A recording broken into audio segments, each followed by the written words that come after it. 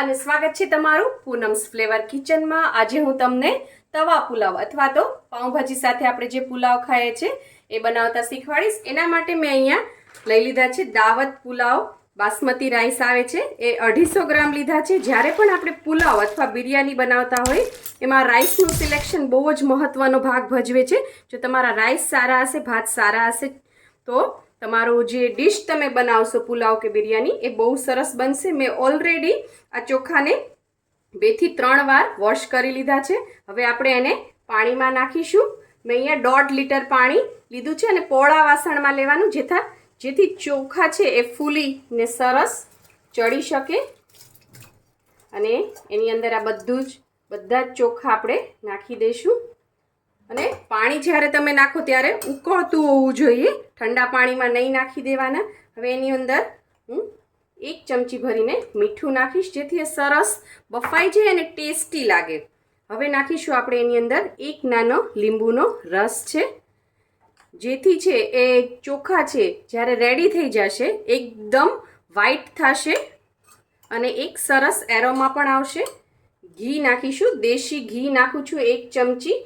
એનાથી ભાતનો દાણો છે એકદમ છૂટો રહેશે અને આનાથી પણ બહુ જ સરસ સ્મેલ આવશે। જ્યારે કૂક થઈ જશે ત્યારે આ બધું આપણે સરસ મિક્સ કરી દેવાનું છે અને આપણા રાઈસ 80% 70 થી 80% જેવા આપણે કૂક કરવાના છે। એકદમ કૂક નથી કરી દેવાના, નહીંતર દાણો તૂટી જશે, એકદમ બફાઈ જશે તો એટલે ત્યાં સુધી આપણે એને આ રીતે ઉકળવા દઈએ અને વચ્ચે વચ્ચે ચેક કરતા રહીશું કે આ ચોખો છે એ ચડી ગયો છે કે નહીં।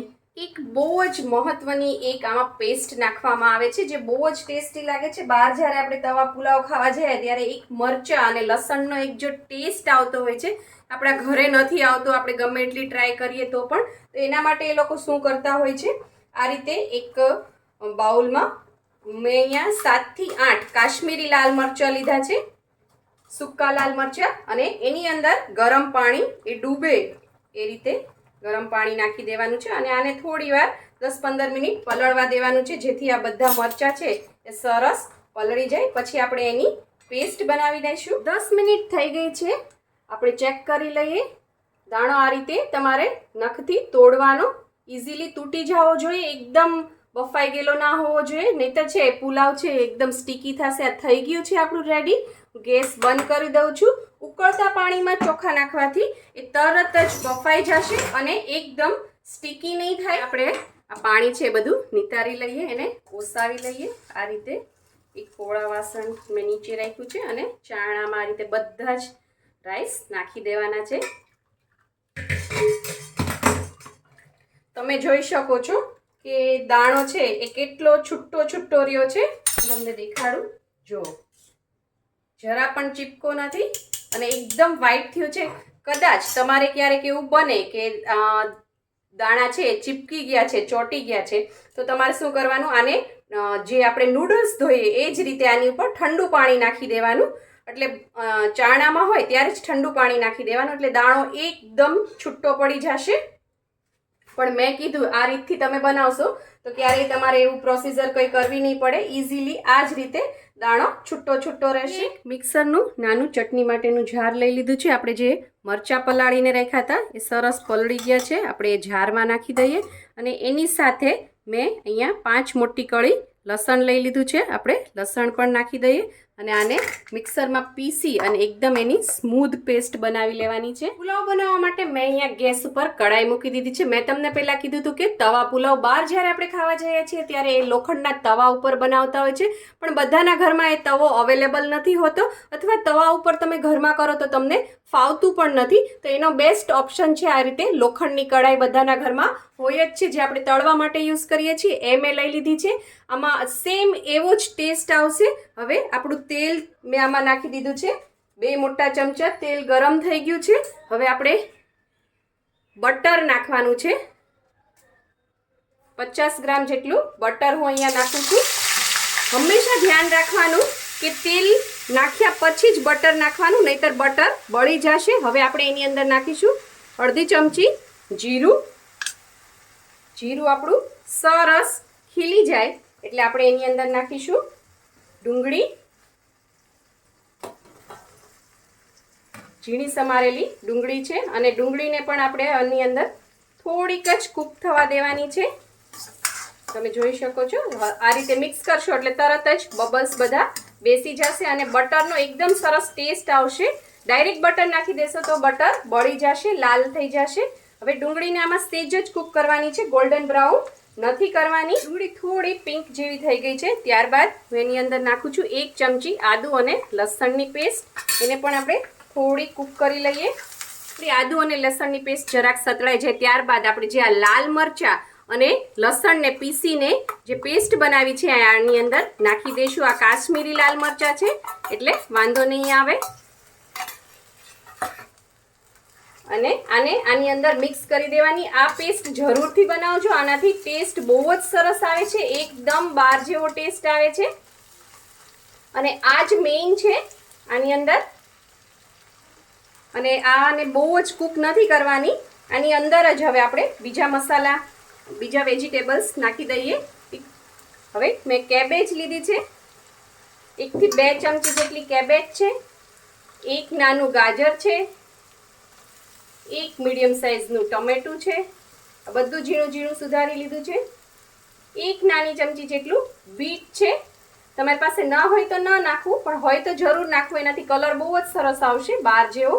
અને 1 ચમચી જેટલું કેપ્સિકમ છે. આમાંથી તમને કોઈ પણ વેજીટેબલ્સ ગમતા હોય એ વધારે ઓછા તમે નાખી શકો છો.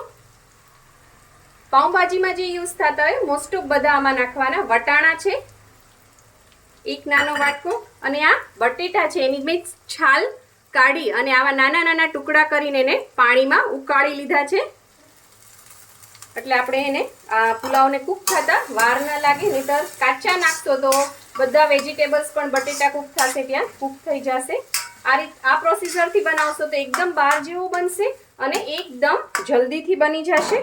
હવે સાથે સાથે આપણે આની અંદર થોડું મીઠું પણ નાખી દઈએ. ગેસની ફ્લેમ મીડિયમ જ રાખવાની છે. મીઠું નાખું છું, મીઠું તમારા સ્વાદ પ્રમાણે.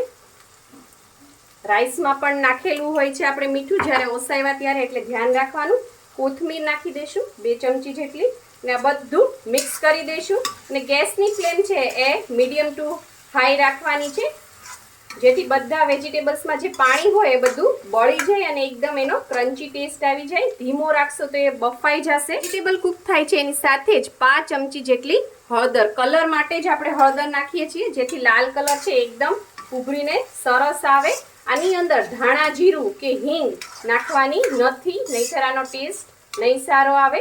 વેજીસમાંથી બધું જ મોઇસ્ચર બધું બળી જાય અને આ રીતે ઓઇલ બટર આપણે જે નાખ્યું છે એ થોડું રિલીઝ થવા માંડે. એટલે આપણે એની અંદર હવે જે ઓસાવ્યા હતા એ રાઈસ નાખવાના છે. જ્યારે વેજીસ કૂક કરતા હો ત્યારે એને ઢાંકવાના નથી, અને જ્યારે રાઈસ પણ તમે ઓસાવો ત્યારે એને ઢાંકવાના નથી. ઘણા લોકો ઢાંકી દે છે, પણ એવું નહીં કરવાનું. એનાથી એ સોગી થઈ જતા હોય છે, એકદમ ચીકણા રહે છે, સ્ટાર્ચ અંદરથી રિલીઝ થાય છે. એટલે ખુલ્લું જ કરવાનું. અને હવે આને હું મિક્સ કરી દઉં છું. આજે મેં થોડું વધારે ક્વોન્ટિટીમાં બનાવ્યું છે, કારણ કે મારા આડોશી પાડોશીઓની ફરમાઈશ આવી છે કે તમે હમણાં પુલાવ કે દિવસનો નથી બનાવ્યો, એટલે બનાવો અને જલ્દીથી અમને ખવડાવો. એટલે આજે થોડો વધારે બનાવ્યો છે. ભાત નાખ્યા પછી સરસ બધું મિક્સ કરી અને 2 મિનિટ એને કૂક થવા દીધું હતું, જેથી બધા મસાલા અંદર મિક્સ થઈ જાય અને રાઈસ પણ સરસ ગરમ થઈ જાય. ત્યારબાદ હવે લાસ્ટમાં આપણે નાખવાનું છે ફરીથી આની અંદર બટર. તમારે જેટલું નાખવું હોય એટલું તમે નાખી શકો છો. અહીંયા મેં 2 નાની ચમચી જેટલું નાખ્યું છે. ત્યારબાદ આપણે એની અંદર નાખીશું મેઇન છે આનું એ પાઉંભાજી મસાલો એ નાખવાનો છે. બહાર આપણે જે ખાવા જઈએ છીએ એ પાઉંભાજી બનેલા તવા ઉપર જ પુલાવ બનાવતા હોય છે, એટલે એકદમ તમને એની અંદર પાઉંભાજીનો ટેસ્ટ ઓટોમેટિક આવી જ જતો હોય ક્યાંક, કારણ કે ક્યાંક ક્યાંક ભાજી ચોટી જ હોય છે એટલા માટે. અને ત્યારબાદ આપણે નાખીશું લીંબુનો રસ. 1 નાનો લીંબુનો રસ છે. તમારે આમાં ન મિક્સ કરવું હોય તો તમે જ્યારે સર્વ કરો ત્યારે પણ સાઈડમાં લીંબુ આપી શકો છો. હવે આ બધું મિક્સ કરી દેવાનું છે.